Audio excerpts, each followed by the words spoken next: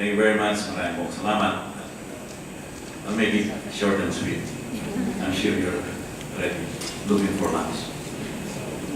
That's why I'll skip the greetings, the salutation, and I'll just say my esteemed colleagues on the presidential table.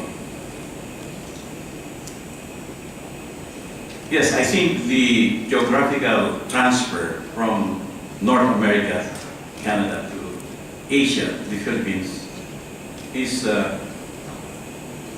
more than geographical, more than physical. I think it's also symbolic because the center is moving to a region where there is increasing creativity and innovation, and where the so-called bottom billion, the poorest billion of the world's population live. And as the handout says, the Information Technology Center is aimed at empowering the poorest where it's needed. The world now is, I think, moved by technologies, by new technologies. One of them, of course, is ICT, but there is biotechnology, there is nanotechnology, and there is neurotechnology. These are powerful technologies that are going to create wealth, new wealth, and create growth all over the country, all over the world. But the challenge we face is how we can bring it to the grassroots. Maybe 4 years ago, I was invited to India to visit India. I went to your Silicon Valley city, Bangalore. I met my old friend, Dr. Swaminathan, and he described to me this so-called digital village. And he brought me to one, and he said, you know, after we taught farmers how to use the internet, they can now get a copy of their land title in an hour, within an hour, when it used to take them from 6 to 1 year to get land title. And that's quite important because the land title is used for credit, for collateral. And with the use of the internet, they're now able to access the weather, of course, the market price of their products, and the inputs they use. And he said, you know, in 2 years' time, we've seen the palpable increase in living standards in a village. And as we know, India has, 600,000 million?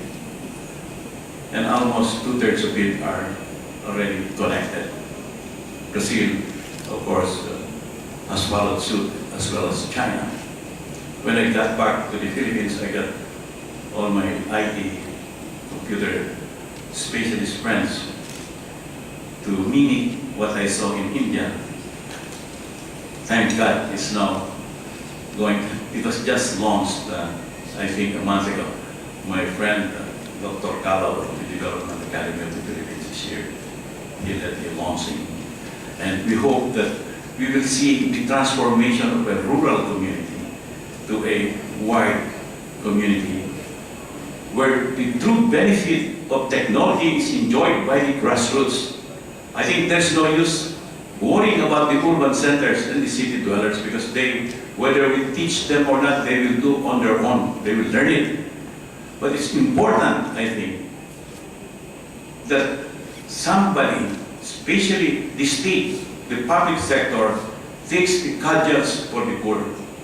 And in a capitalist system like the Philippines, in a free enterprise so-called system like the Philippines, you know, the telcos will always go where the profits will be optimized. They will never think of a community-based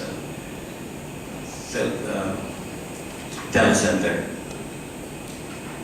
And that's why we're very happy that you have now moved the headquarters of the telecenter to us, because we'd like the benefit, all the benefits that our speakers have mentioned, that the telecenter will bring in each way will benefit the 30% of the 95 million Filipinos who are still living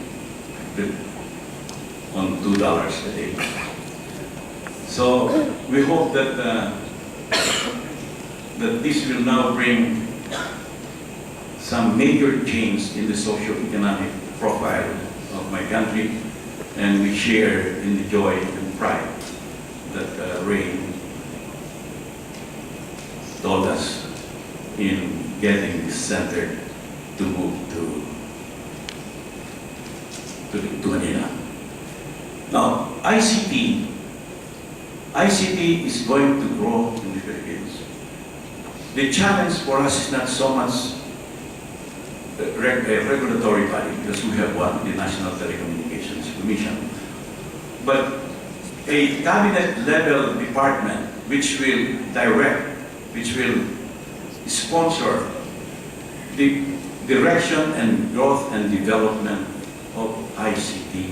I think that's important to all of us. And in the Congress, or in the Senate in particular where I sit, we tried to do that, and we almost succeeded last session, except some of my colleagues, I don't want to say filibustered, but we ran out of time. And so you guys better watch out who are those guys who filibustered the ICT department, because they're now running for office, or higher office. Joke on you. But that is, I think, inevitable. We must take control of the development and direction of ICT. ICT is a technology that cuts across other technologies, whether it's nanotechnology, whether it's biotechnology, whether it's neurotechnology. It's a cross-cutting issue, and that's why it's so important to all of us. And I have no doubt at all that at the next Congress, which opens during the last week of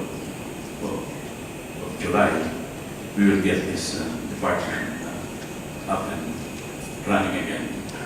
And we hope that Ray will still be in Manila rather than in Ottawa.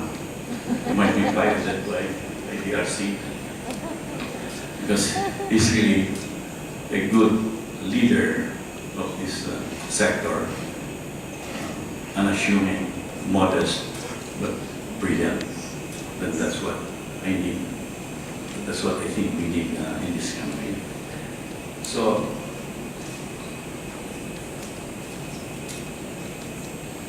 So I think it's just right that we congratulate these three partners,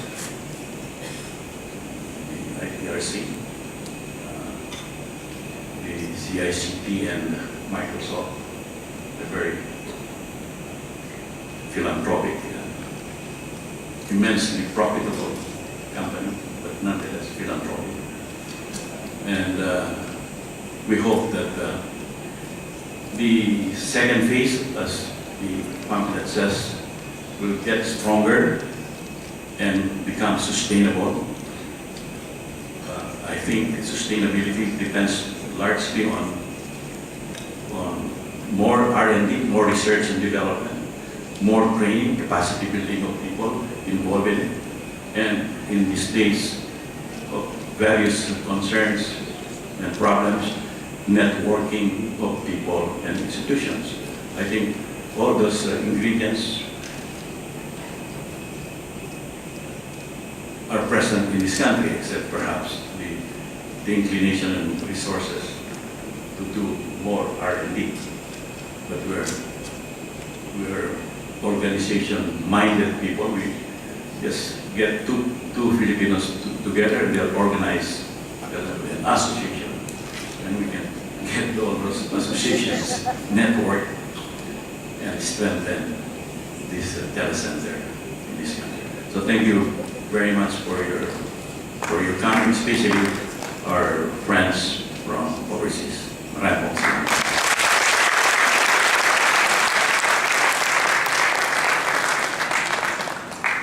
Thank you very much, Senator Angara, for your